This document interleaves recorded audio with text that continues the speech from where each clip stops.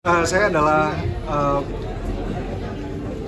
orang yang selalu datang ke JWC setiap hari. Tahun lalu saya setiap hari ada di JWC, dan sebagai orang yang suka film kayaknya sayang banget kalau nggak datang ke JWC karena memang film-filmnya luar biasa, kurasinya luar biasa. Top titles dari festival-festival besar kayak Cannes, Berlin, Sundance ada di sini, dan buat orang yang even suka filmnya sedikit, apalagi orang yang pengen masuk jadi filmmaker, kalau nggak datang ke JWC sayang banget karena memang luar biasa banget film. Mas Joko juga jadi juri juga kan di sini? Di sini saya jadi juri untuk short film competition,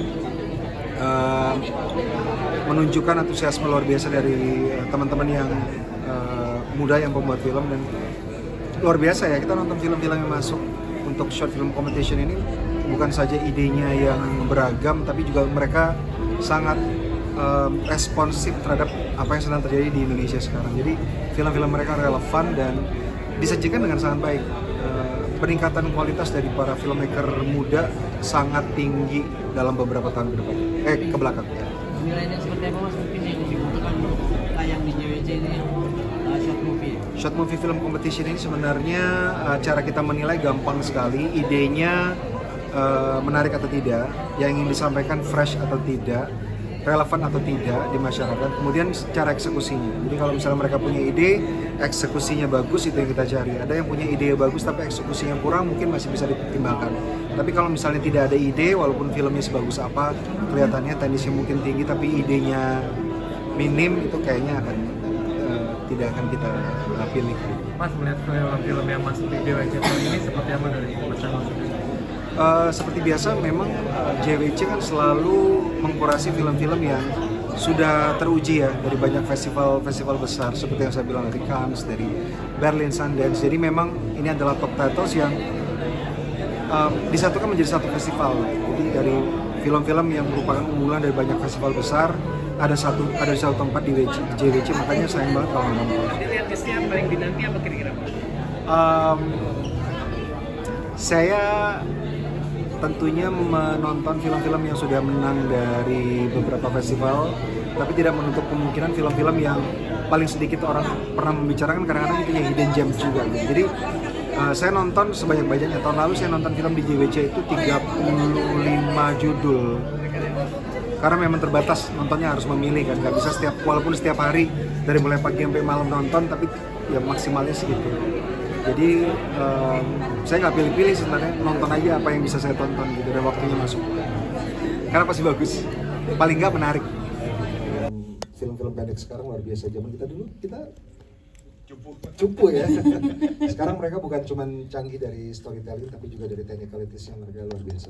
Wow, kemajuan teknologi. Tapi yang paling ya. penting juga mereka semua karya yang masuk, terutama yang 30 finalis ini, menggambarkan bahwa mereka bukan cuma filmmaker yang bikin film untuk gaya-gayaan, tapi topik dan isunya relevan banget sekarang di Indonesia. Wow, itu dia topik relevan yang mungkin bisa dinikmati juga sama penikmat dari Jakarta World Cinema nantinya ya. Oke, Mas mungkin boleh dikasih tahu juga Mas, kira-kira kalau ngomongin soal masa depan perfilman Indonesia, siapa tahu kan ada di tangan-tangan mereka nih.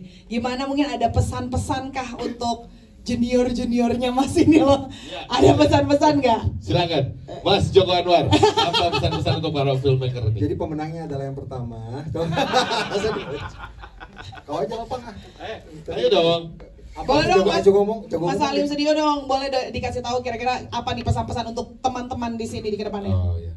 Ya kalau masih ada Joko Anwar menjuri dan ada para pembuat filmmaker yang antusias di sini, saya kira bakalan cerah film Masa Indonesia. depan. Iya, karena menurut saya tongkat estafet pengetahuan dan pemahaman dari teman-teman senior ya kayak Bang Joko tentunya. Saya juga pernah dijurin sama beliau. Saya nggak akan ada di sini. Oh iya, di kalau mana nggak- kawan?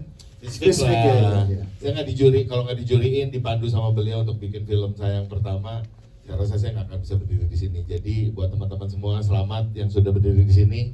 Dan saya pikir ya pastinya setiap orang akan punya jalannya masing-masing menuju ke film. Dan saya yakin teman-teman kalau bersemangat, yang nggak menang jangan patah semangat, yang menang jangan sombong. Cie, nasihatnya tua ya. Maksudnya jangan sombong bahwa udah puas gitu. Artinya bisa mendorong untuk berkreasi lebih lanjut.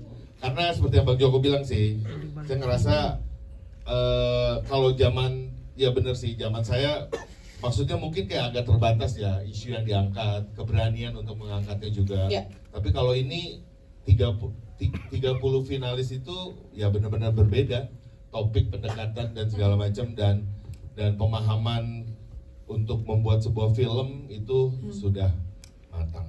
Iya, dari posternya aja ini beragam banget sebenarnya, bisa kelihatan ya. Saya mes banget sama poster-posternya, bagus-bagus. Sebenarnya itu yang paling penting karena kalau kita mau ngobrol soal regenerasi dan sustainability dari sebuah industri film, hanya akan bisa terjadi kalau ada suara-suara baru.